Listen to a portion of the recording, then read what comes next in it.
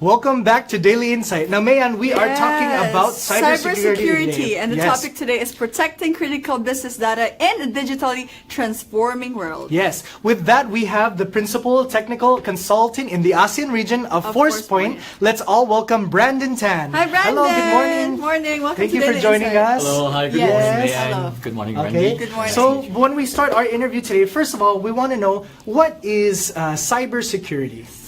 All right, Randy. So, cybersecurity, in simple words, refers to IT security or computer security, more commonly known as. It basically revolves around computer protection, like protecting computer from damages and theft to computer hardware, software, and to me, more importantly, the information within it. Okay. Right? So that's in a nutshell cybersecurity. Yeah. No, but are people threatened only when they use the internet or even when they're offline? They are actually a threat even if they are offline, right? Okay. But it's a very valid question. Yes. Your threat vectors increases. You become more exposed and more vulnerable if you're online. Yes. Right? But doesn't mean when you're offline you are totally safe. Okay. So in a solution for those kinds of problems, we have Forcepoint. Forcepoint. Now, what is Forcepoint? Yeah. So Forcepoint, it's a global cybersecurity leaders. Okay. So we specialize in developing cybersecurity software that revolves around human point. Right? Human point. Okay. So what do you mean by that human So point? the concept of human point is this. The concept of human point is we felt it is important to understand how humans interact with data. Because that interaction point is the point where information creates the most value. It is also the point where information is most vulnerable. So by protecting that intersection point, we basically protect organization, we protect their business data, we protect intellectual properties as well. So you determine which point is the most vulnerable? Absolutely. That's a human point that you That call. is the human point. Okay, Brandon, now what is the, why is cybersecurity important? What are the implications if we don't have this? So if you look at the recent news, all right, there are many cases of data theft. There are many cases of data leakages. Especially here in the Philippines, Data, unfortunately. You have examples in the Philippines. I can name a few, like the U.S. Security Commissions. You have Equifax and all. So there is a lot of reputational damages, right, that can do to the organizational damages. and it's companies. expensive. It is expensive To if cure legal or suits come. give solution to reputational Absolutely. damages. Absolutely. Right. Okay. So do you realize that in this, for the past few years, is this really the point where we need cybersecurity? We have always been needing cybersecurity from the first day, even before. The main thing to take note here is that the need is increasing. All right, because in the past you don't hear that much of hacks. Yes. You don't hear people stealing data 10 years ago, 15 years ago. It does, but in a way smaller scale. But today it's happening every other day.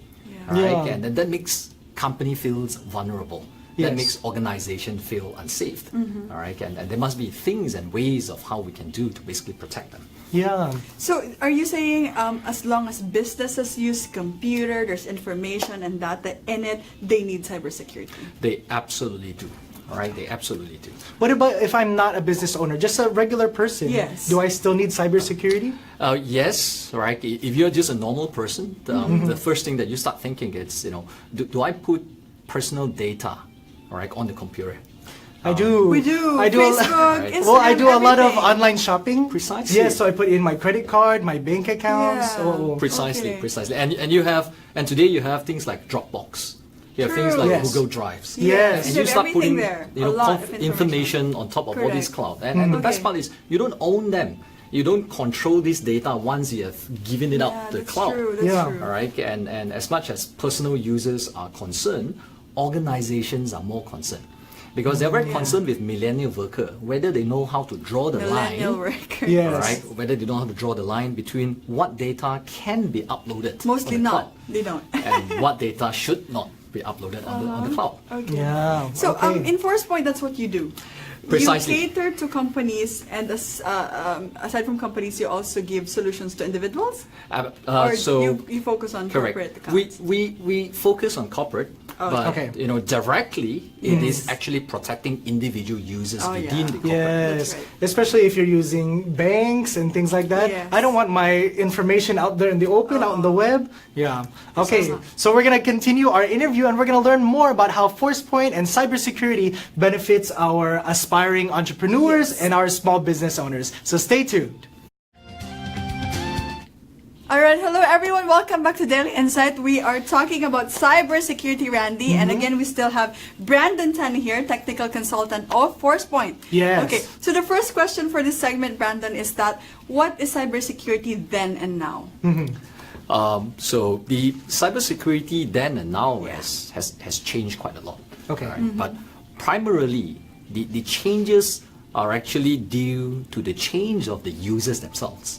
So in the past, if you look at our behavior, we were using computers in our office. All right, and there is not so much cloud application per se. Yes. Okay. There wasn't any Google Drive No, or yeah. Dropbox. Yeah, we before. transfer data by using CDs. You still remember those Yeah, days? floppy Hard disk. drive, floppy disk, yes. So today, if you go to, like I was just in the Starbucks of Makati, all right? Okay. I was looking at the Starbucks and it doesn't look like a cafe. It looks like a modern office. Yes, Yes. that's Right, so so true. that's actually He's where I work. guilty. Yes. I spend Precisely. hours Yes. there, Right. sorry. So the millennial workforce, it's a lot more remote. Right? Yes. So they don't necessarily work in office. They work around. They are mobile workers. Because everything Yes. is in the cloud. Because everything is in the cloud. Yeah. Right? So now back to your question, how has cybersecurity changed? So in the past, by having perimeter security, right? Meaning Okay. you create a fencing around the computers and the users, it's Okay. adequate to basically protect the users. Yes. You install antivirus, you put a firewall, and they are all good. Yeah, They're all that's protected. And what that I was would before. use. That was before. And I thought that was many enough. years ago. Correct. Okay. Now today, Many thought actually Yeah. that is enough. So today with mobile workforce, this wall is disappearing. There's no more perimeter. Users no more are wall. everywhere. So Yeah. it's a lot more difficult to protect them. All right, and we believe when that happens, we need to understand how these users use their data. Their behavior become more important, and we shift the focus from the perimeter, from the devices and the laptops into the users, basically the human they themselves.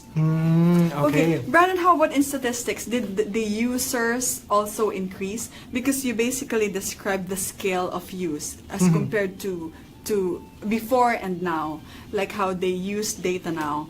How about the users? Did it also increase? The users will definitely have increase in the digital era. Yes. There's no question there. And there are some statistics, in fact, that is a lot more interesting. It's on the cloud adoption.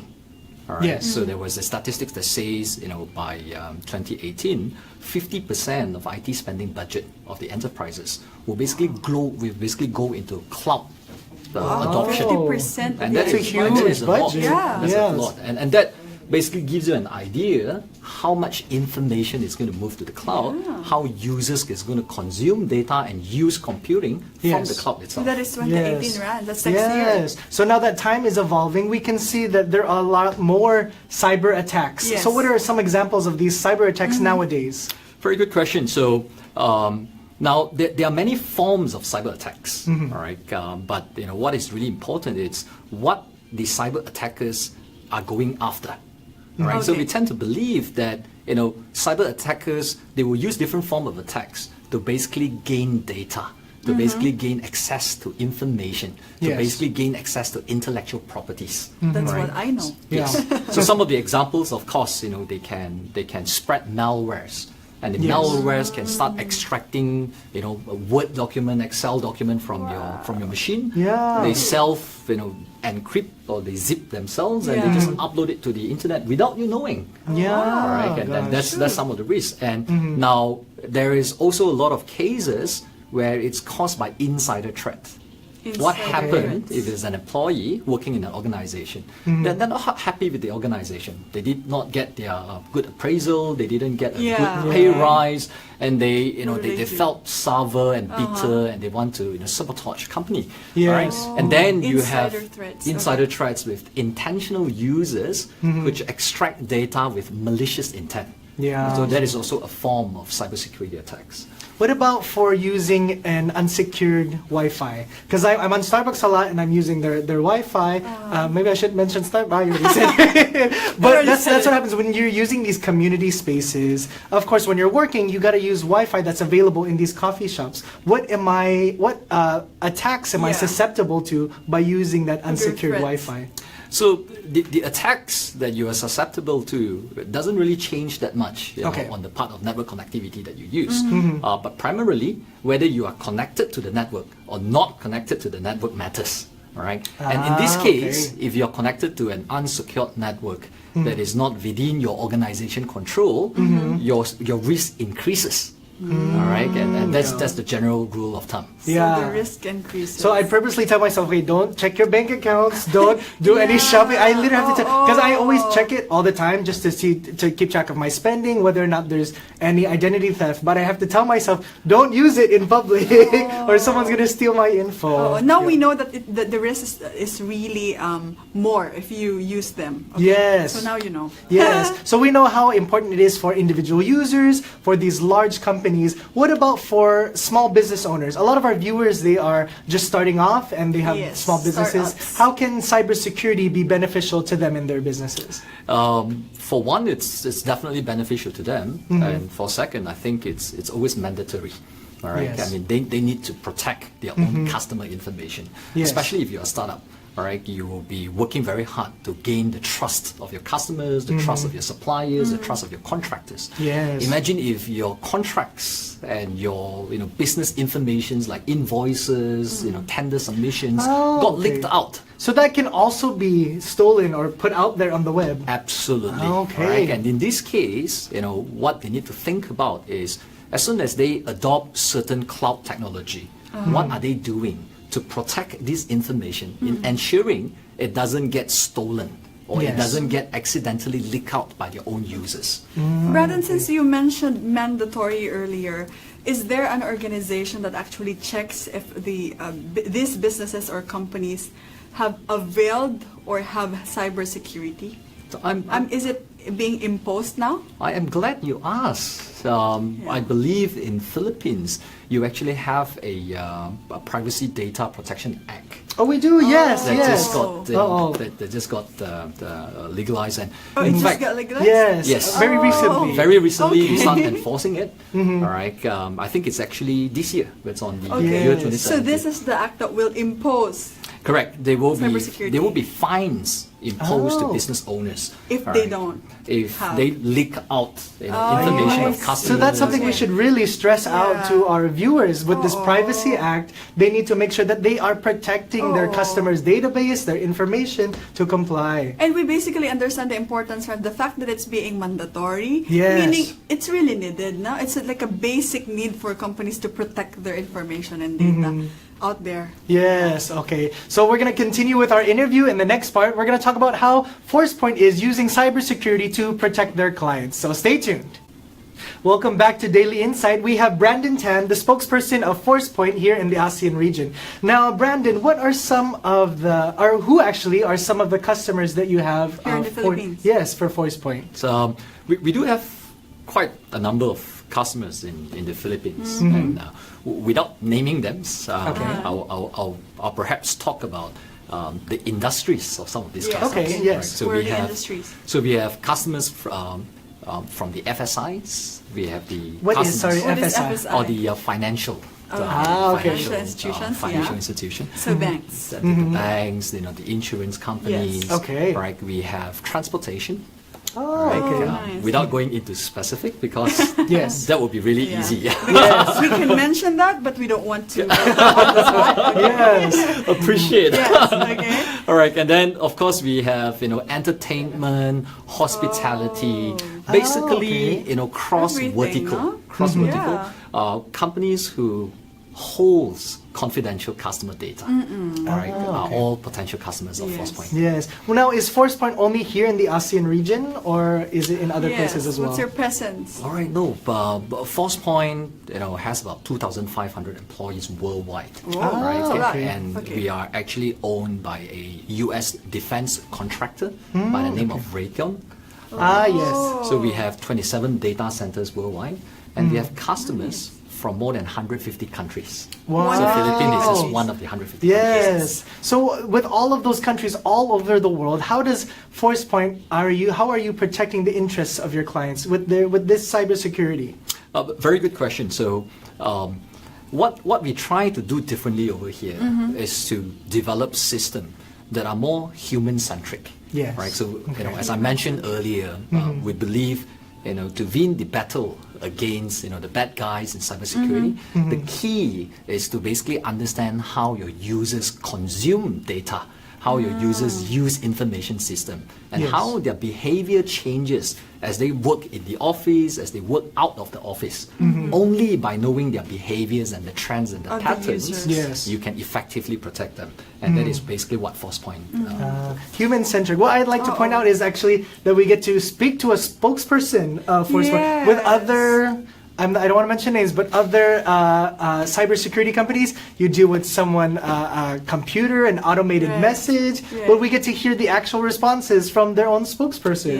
Yes. And I think that deals with your philosophy about being human-centric. That you're Human-centric. Oh, Yes. Okay, I just want to clarify this, Brandon. No? When you say user, in a company, do you mean the customers or the employees, or both? It's actually both. All right. Okay. So when we protect an organization, we protect all the users as well as the systems.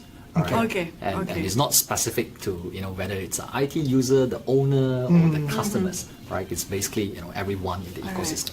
So it extends to all of the Yes. levels of the interactions of the company, going down to their individual customers or Yes. consumers. Okay, all right. So we learned a lot, Randy, about cybersecurity. Thank you, Brandon. Yes, Now, how thank you so can our much. viewers know more about Forcepoint or cybersecurity?